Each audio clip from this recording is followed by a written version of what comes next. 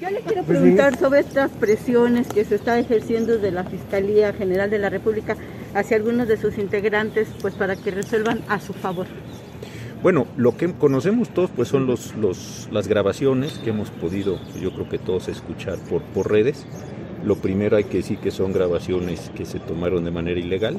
Ya sabemos que para grabarse se necesita una autorización judicial, pero pues más allá de ello no han sido desmentidas estas grabaciones por nadie, por ninguno de los afectados. Y sí me parece muy preocupante que se esté hablando así y que se esté mencionando la condición de que se entregó un proyecto, que hay unos votos a favor, que se desconfía de un ministro.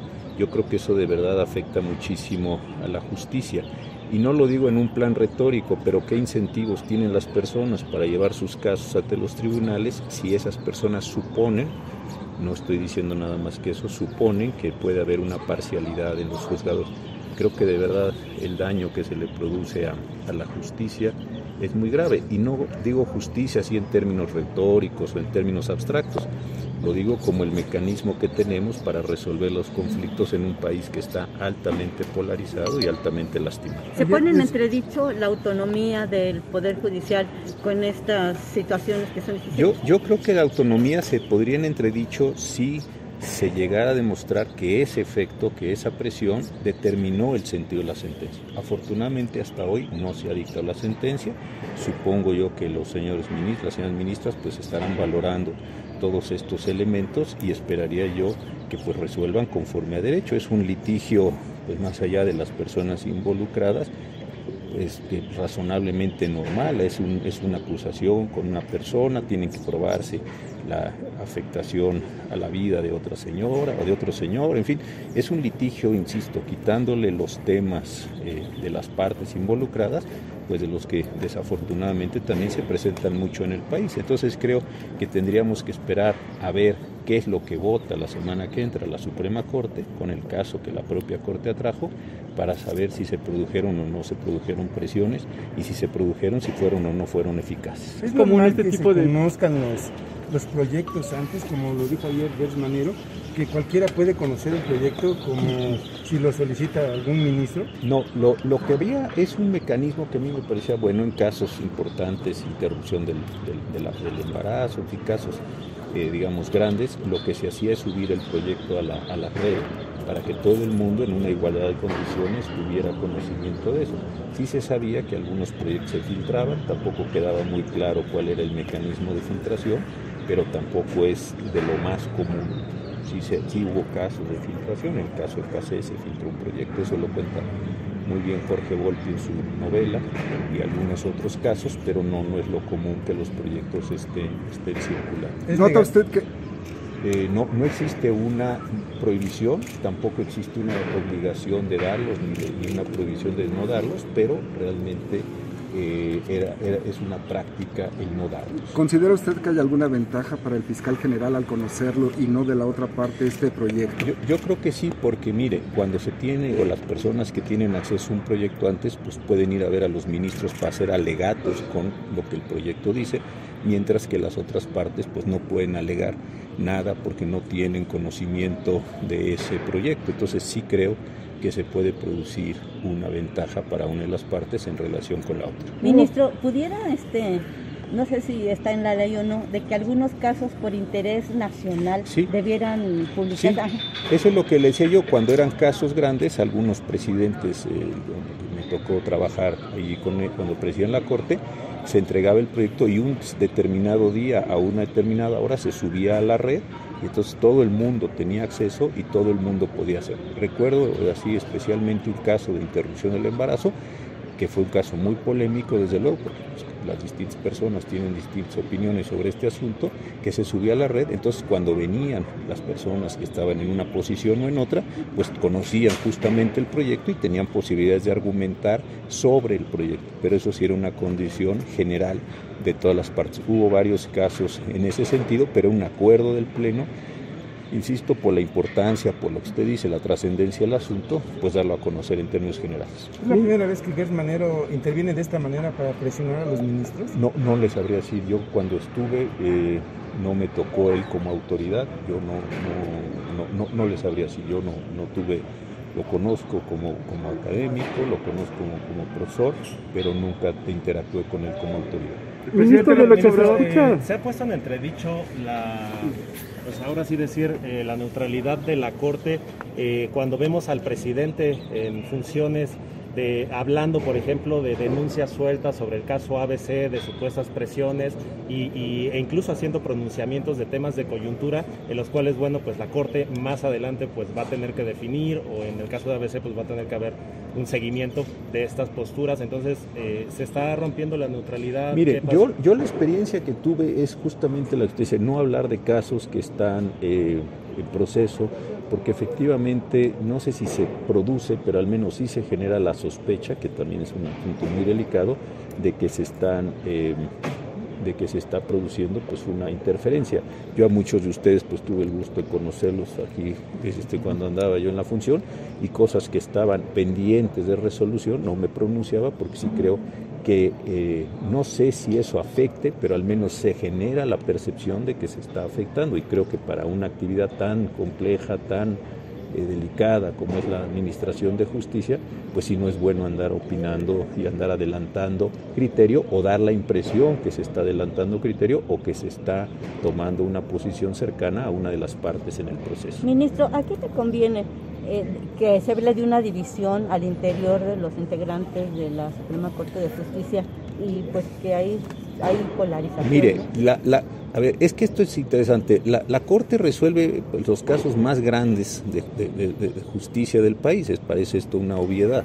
Una vez que entran por juzgados, tribunales, en fin, llegan a la Suprema Corte.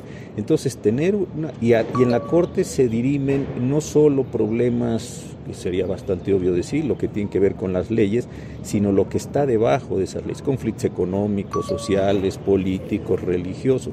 Entonces, tener una Corte dividida, una Corte inclusive con la percepción de que no es imparcial, pues sí, me parece que beneficia a aquellos que o no quieren que los asuntos se resuelvan conforme a derecho, o que quieren que se resuelvan de un determinado sentido. Entonces, tener una Corte dividida, creo que a quienes no están, parece un poco cursi lo que voy a decir, pero creo que es bastante serio, a quienes no están a favor de un Estado de Derecho, de una imparcialidad, de un seguimiento de las reglas, pues les conviene. ¿Por qué? Porque se va deteriorando las instituciones, no solo la Corte, otras instituciones, al irse deteriorando va quedando la percepción de que ahí hay parcialidad, y una vez que se genera la idea de parcialidad, la pregunta obvia es ¿y por qué vamos a seguir yendo a un lugar donde se están dando esas condiciones a dirimir conflictos? ¿Por qué no los resolvemos de otra forma? Y esto sí me parece que a todos nosotros nos afecta muchísimo en términos de convivencia diaria. Ministro, el día de ayer el coordinador del PAN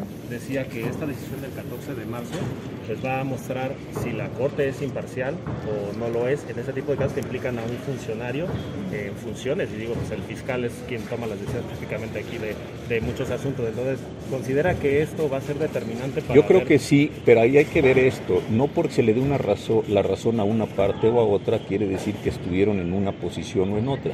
Yo creo que lo que hay que hacer, y ustedes ahí pues tienen una enorme tarea, es analizar los argumentos, analizar las posiciones, porque a veces pasa, y eso sí es a veces un poco injusto con la sentencia, quienes están a favor de la decisión sin ver los argumentos pues la aplauden, y quienes están en contra sin ver la decisión la abuchean, por decirlo en estos términos. Entonces sí creo que es muy importante ver cuál era la acusación, si las pruebas tienen o no tienen validez para llegar a este punto, etcétera, etcétera, etcétera.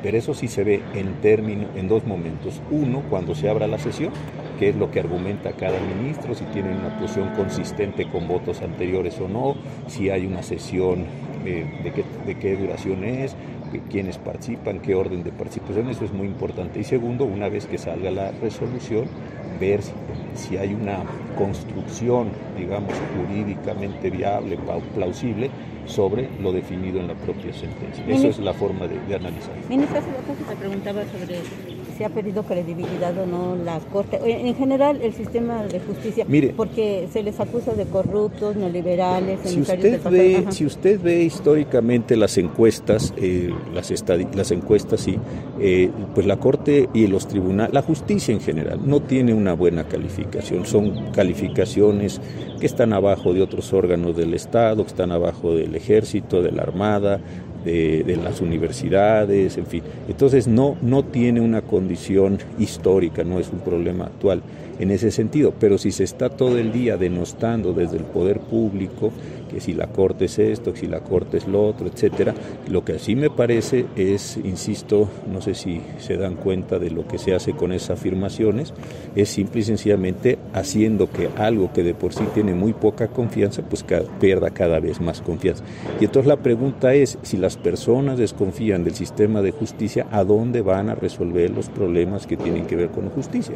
Un país tan violento, tan violentado como el que estamos viviendo todos nosotros, pues si usted piensa que los tribunales no son una buena sede para resolver los conflictos, entonces la pregunta es muy bien, ¿y en dónde entonces resuelve usted el conflicto, el que cada quien desafortunadamente tenga, porque un conflicto siempre es algo muy penoso?